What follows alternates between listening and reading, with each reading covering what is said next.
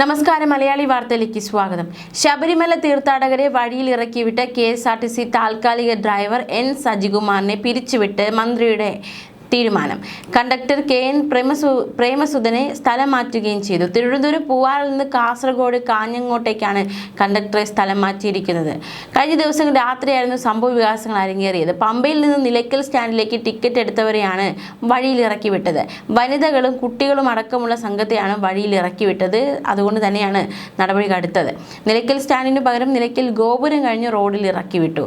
തീർത്ഥാടകരെ ബസ്സിൽ നിന്ന് ഇറക്കി വിടുന്നതിൻ്റെയും വഴിയിലൂടെ നടക്കുന്നതിൻ്റെയും ദൃശ്യങ്ങൾ അടക്കം പുറത്തു വന്നിരുന്നു. ഏറെ നേരം വനമേഖലയിൽ സംഘം കാത്തുനിന്നു. മറ്റൊരു വാഹനം വിളിച്ചു വരുത്തിയാണ് ഇവർ യാത്ര തുടർന്നത്.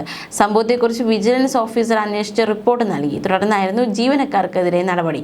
ജീവനക്കാരുടെ പ്രവൃത്തി KSRTCയുടെ സൽപ്പേരിന് കളങ്കമുണ്ടാക്കിയെന്ന് സർക്കാർ ഉത്തരവിൽ വ്യക്തമാക്കിയിട്ടുണ്ട്. എന്തായാലും KSRTC ഡ്രൈവറിനെ അതുപോലെ തന്നെ ഡ്രൈവറെ പിരിച്ചുവിട്ടു, കണ്ടക്ടറെ സ്ഥലം മാറ്റി. ഇത്തരത്തിൽ നടു റോഡിൽ ഇവരെ ഇറക്കി വിട്ടത് കൊണ്ടുള്ള നടപടിയാണ് സ്വീകരിച്ചിരിക്കുന്നത്.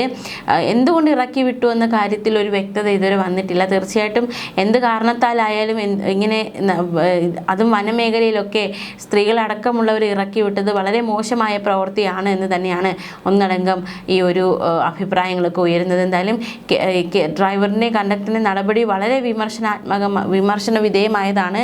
എന്തായാലും കൃത്യമായ നടപടി മന്ത്രിയുടെ ഭാഗത്തു നിന്നും ഉണ്ടായിരിക്കുകയാണ്. അതേസമയം നമുക്ക് മന്ത്രി ഗണേഷ് കുമാറുമായി ബന്ധപ്പെട്ടൊരു വാർത്തയിലേക്ക് കൂടി പോകാം.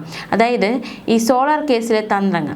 സോളാർ തട്ടിപ്പുമായി ബന്ധപ്പെട്ട് വ്യാജരേഖ ചമച്ചെന്ന കേസ് ഗണേഷ് കുമാറിന് വെല്ലുവിളി ഉയർത്തുകയാണ്. ഈ കേസിൽ വിചാരണ നേരിടേണ്ട ഘട്ടത്തിൽ അദ്ദേഹം എത്തിയിരിക്കുന്നു. എങ്ങനെ മറികടക്കണം എന്നതും ഒരു ആലോചനയാണ്.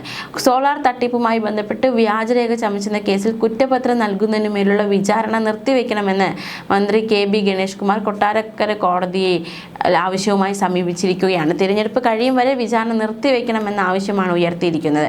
മാധ്യമങ്ങളോട് തന്നെ അപകീർത്തിപ്പെടുത്തുന്നുവെന്നാണ് ഹർജിയിൽ ചൂണ്ടിക്കാട്ടിയിരിക്കുന്നത്. തുടർന്ന് വാദിഭാഗം തടസ്സ ഹർജി നൽകി. ഹർജികൾ പരിഗണിക്കും.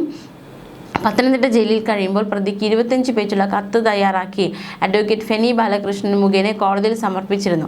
എങ്കിലും നൽകിയത് 21 പേജുള്ള കത്താണെന്നും ഗൂഢാലോചനയുടെ ഭാഗമായി ഉമ്മൻചാണ്ടിയുടെ പേരടക്കം ഉൾപ്പെടുത്തി 4 പേജ് കൂടി ചേർത്തെന്നുമാണ് കേസ്. മന്ത്രിസഭയിൽ തനിക്ക് ഒഴിവാക്കിയതിലുള്ള വ്യക്തിവിരോധം തീർക്കാനാണ് ഗണേഷ് വ്യാജരേഖ ചമച്ചതെന്നും പരാതിയിൽ വ്യക്തമാക്കിയിരിക്കുന്നു.